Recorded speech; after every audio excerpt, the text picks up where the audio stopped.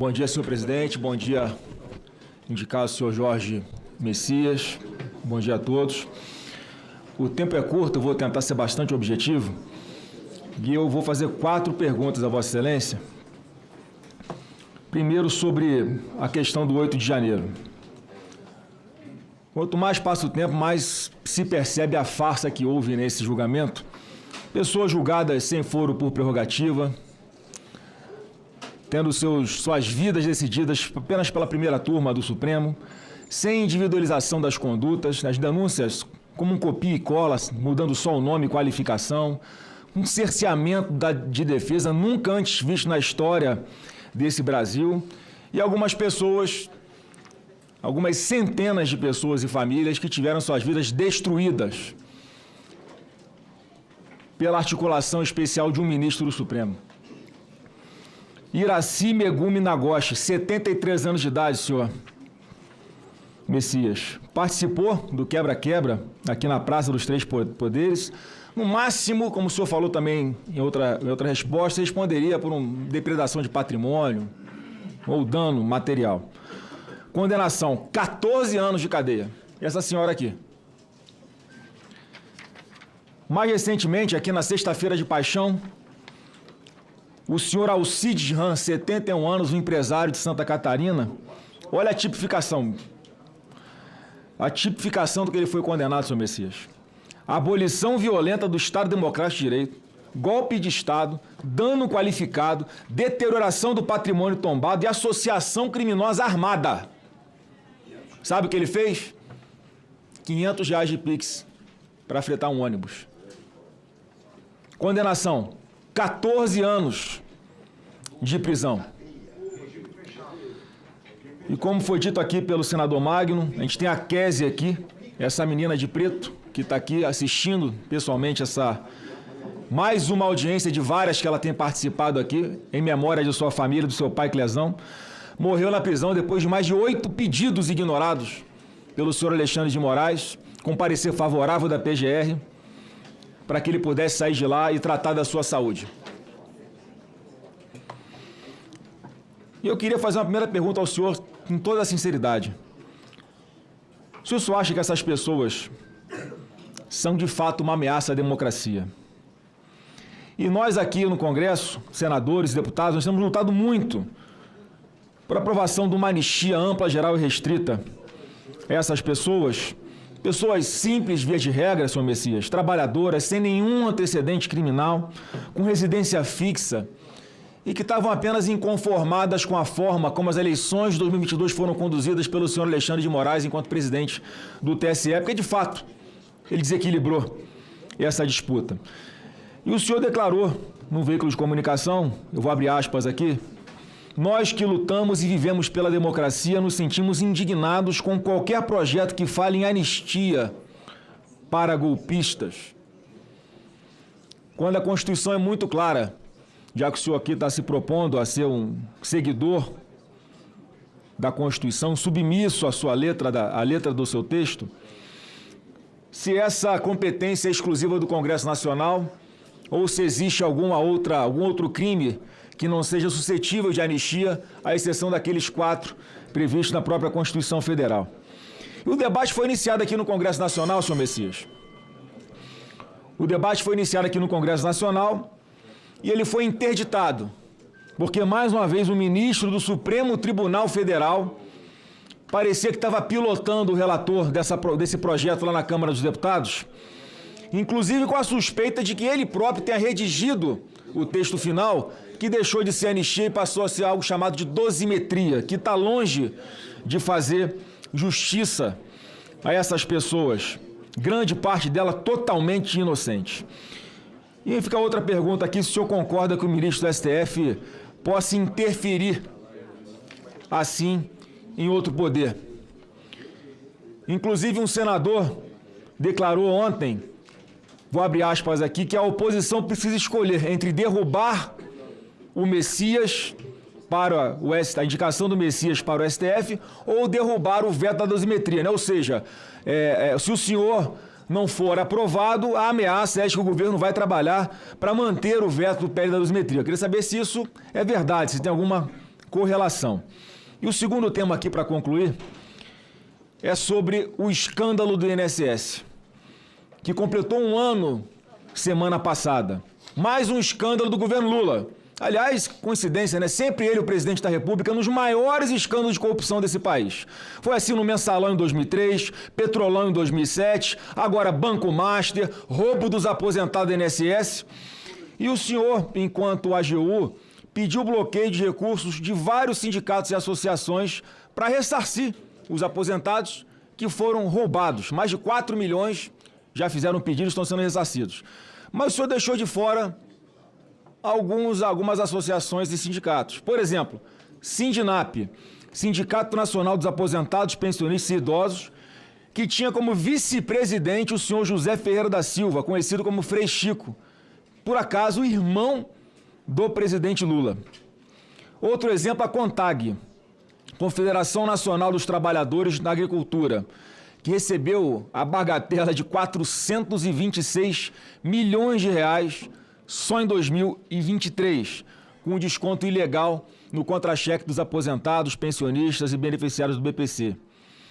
E aqui, matéria do Metrópolis, né? INSS silencia sobre poupar sindicato de irmãos de Lula de ação judicial.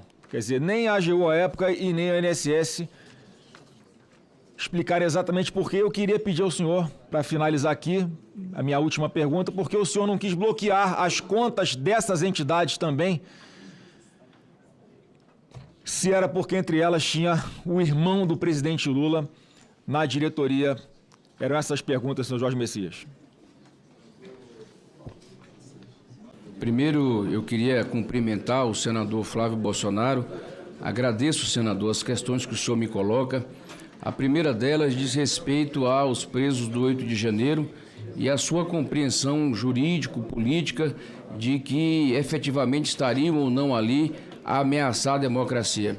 Eu quero dizer que o 8 de janeiro, como já pude declarar, foi um dos episódios mais tristes da história recente e acho que fez muito mal ao país. Efetivamente, as pessoas que foram presas no 8 de janeiro, elas foram submetidas a um processo, foram processadas, muitas foram condenadas, algumas assinaram um acordo de não persecução penal, algumas estão presas ainda, e essa é uma situação, evidentemente, porque a prisão em si e o processo penal sempre carrega uma tragédia pessoal e familiar. Nós não podemos desconhecer.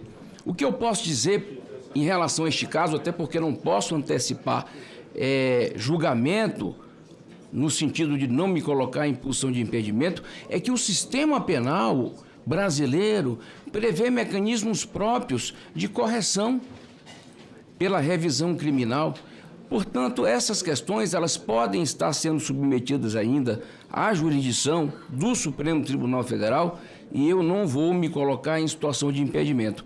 Mas quero dizer que, do ponto de vista do direito penal, nós temos que voltar, na minha compreensão, aquilo que é básico. A legalidade estrita, a taxatividade das condutas, a proporcionalidade das penas, a individualização da conduta e a individualização da pena. Essas questões são basilares que nós temos que nos ater dentro de um julgamento de qualquer processo penal. Processo penal não é ato de vingança. Processo penal é ato de justiça. O sucesso do sistema penal, a eficiência do sistema penal, senador Renan Calheiros, não está em empreender mais, está em reduzir a criminalidade. Dito isso em geral, e não no caso em particular. O senhor coloca uma outra questão que é muito importante e que está no debate público atual. A discussão acerca de anistia é própria do ambiente político institucional. A crítica pública também é própria. A liberdade de expressão permite que se critique qualquer tipo de posição. Agora, a definição acerca deste tema compete a vossas excelências e não a mim, na condição de operador do direito. A anistia é um ato jurídico, político, institucional que cabe ao parlamento. Portanto, é algo que está ou poderá estar em debate nesta casa. Não acredito que meu papel, caso aprovado por Vossas Excelências, senador Flávio Bolsonaro, seja apresentar manifestações antecipadas a respeito de qualquer assunto, muito menos interferir, senador, no debate político. Eu acho que o ministro da Suprema Corte, ele pode atuar dentro do debate político quando solicitado, a bem de mediar conflitos, porque esta é a posição que eu acredito e que tenho levado a minha vida inteira. Na minha vida de conciliador, de pacificador, eu acredito na conciliação como método de solução de conflitos. Eu queria trazer, por fim, um dado que é muito importante em relação à fraude dos aposentados e pensionistas do INSS. O senhor me questionou se eu pedi ou não pedi bloqueio de valores do Sindinap. Eu quero afirmar categoricamente que pedi, e digo aqui até o número da ação. A ação 111 40 43 73 2025 401 3400 contra o sindicato e seus dirigentes. Foi protocolada perante a Justiça Federal. A Advocacia Geral da União cumpriu seu papel de forma absolutamente técnica e republicana. Nós apresentamos 3 lotes de ações cobrando integralmente de todas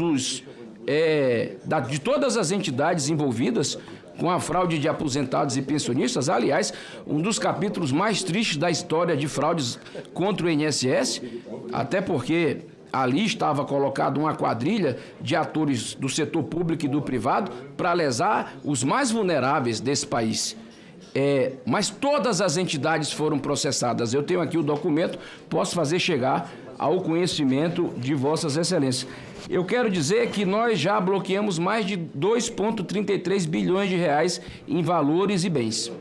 E quero dizer também que neste processo nós já conseguimos devolver para mais de 4,5 milhões de aposentados e pensionistas os valores que foram indevidamente descontados, integralmente corrigidos. E isso se deu a partir de uma postura que eu, ainda na condição de advogado-geral da União, ministro Wellington Dias, resolvi adotar, que foi a postura que eu acredito, senador Rogério Carvalho, que é a postura da conciliação. Eu não fiquei discutindo a responsabilidade do Estado. Eu fui ao Supremo Tribunal Federal, mas não fui só. Conversei com a Ordem dos Advogados do Brasil, conversei com o Ministério Público Federal, conversei com a Defensoria Pública Federal, colocamos o problema, levamos o tema ao Supremo Tribunal Federal e concluímos um grande entendimento em benefício de aposentados e pensionistas. E ao lado de devolvermos os dinheiros dos aposentados e pensionistas dessa nação que foram fraudados, nós fomos imediatamente atrás daqueles que causaram fraude. A Advocacia Geral da União foi a primeira instituição a agir após a elucidação das fraudes e a divulgação pela Polícia Federal e pela Controladoria Geral da União. Todas as ações foram protocoladas, apresentadas e são de conhecimento da CPMI do INSS.